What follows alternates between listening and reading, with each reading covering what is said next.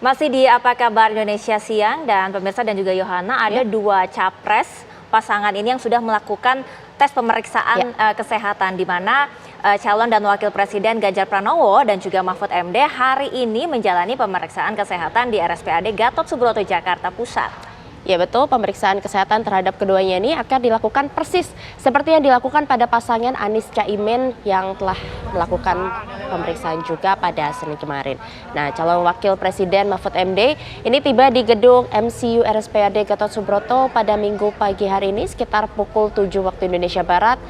Kedatangan Mahfud langsung disusul oleh kedatangan calon presiden Ganjar Pranowo di belakangnya. Paslon Ganjar Mahfud akan menjalani pemeriksaan kesehatan untuk memastikan keduanya sehat secara jasmani, rohani, dan bebas dari penggunaan narkoba sebagai syarat mencalonkan diri sebagai capres dan cawapres di pemilu 2024.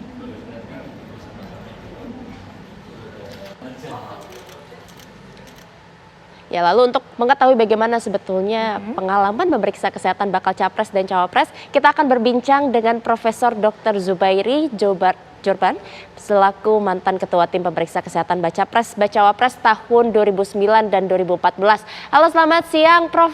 Apa kabar Prof?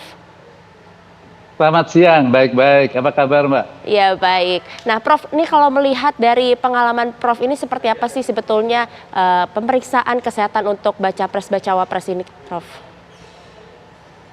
Iya, kan tujuannya agar rakyat mendapatkan calon pemimpin yang memang mumpuni, yang sehat jasmani, rohani, bisa membawa Indonesia lebih sejahtera ke depan. Karena itu pemeriksaannya harus rinci, dari pemeriksaan fisik dan juga laboratorium dan ronsen dan yang lain. Jadi pemeriksaannya itu akan makan waktu makan waktu 10 jam, yang 2009 dan 2014.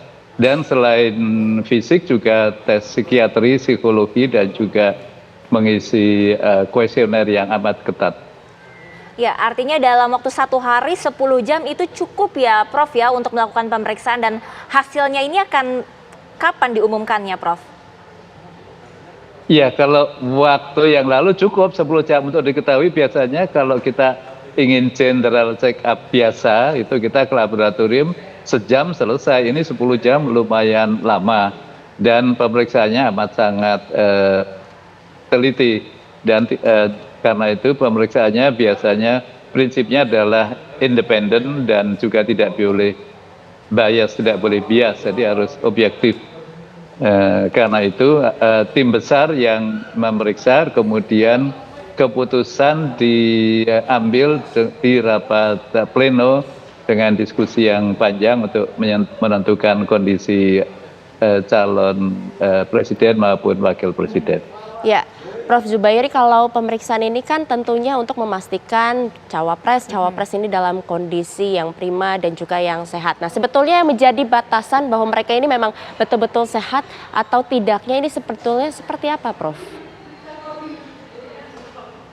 Iya, sehat itu baik fisik, jasmani, dan rohani. Jadi kalau itu berdasarkan pemeriksaan. Jadi misalnya kalau jantungnya sehat, ya bisa jalan, bisa untuk treadmill oke, naik tangga bisa.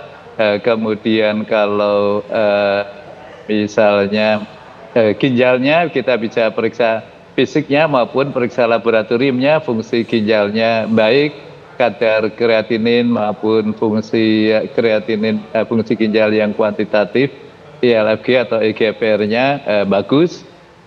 Demikian pula fungsi yang lain. Nah, kalau yang kejiwaan tentu kita tidak mau mendapatkan pemimpin yang paranoid ataupun psikopat ataupun skizofren atau depresi. Karena itu perlu tes psikiatri, psikologi, neurologi yang panjang, dan tes juga biasanya dengan MMPI yang juga makan waktu lama agar kita yakin personality, kepribadiannya baik.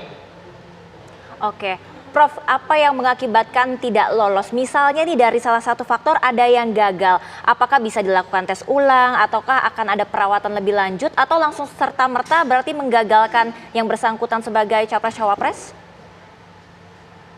Oh, itu kita bekerja untuk KPU. Jadi nanti KPU yang menentukan, kita melaporkan kondisinya. Jadi misalnya begini, misalnya ada seorang yang sakit jantung. Sakit jantungnya sampai kalau jalan ngos-ngosan, naik tangga nggak kuat, treadmillnya gagal, ya tentu kita tidak rekomendasikan. Namun sakit jantung misalnya penyumbatan di pembuluh darah jantung dan pas yang bersangkutan sudah operasi jantung bypass dan ternyata kondisi fisiknya kemudian bagus sekali, ya tidak menjadi halangan walaupun sudah operasi jantung bypass misalnya. Tapi itu yang menentukan adalah sidang pleno. Oke, baik. Terima kasih Profesor Zubairi atas informasi dan jawabannya untuk pemirsa TV One, sehingga kita bisa mengetahui lebih dalam ya sebetulnya apa saja sih ketentuan kesehatannya begitu ya. Dan kalau gagal ini seperti apa, walaupun nantinya akan juga dilanjutkan berdasarkan penilaian dari KPU. Terima kasih sekali lagi Prof. Ya. Dan Sama-sama, pemirsa, terima kasih. Selamat siang. selamat Assalamualaikum. siang. Waalaikumsalam warahmatullahi wabarakatuh.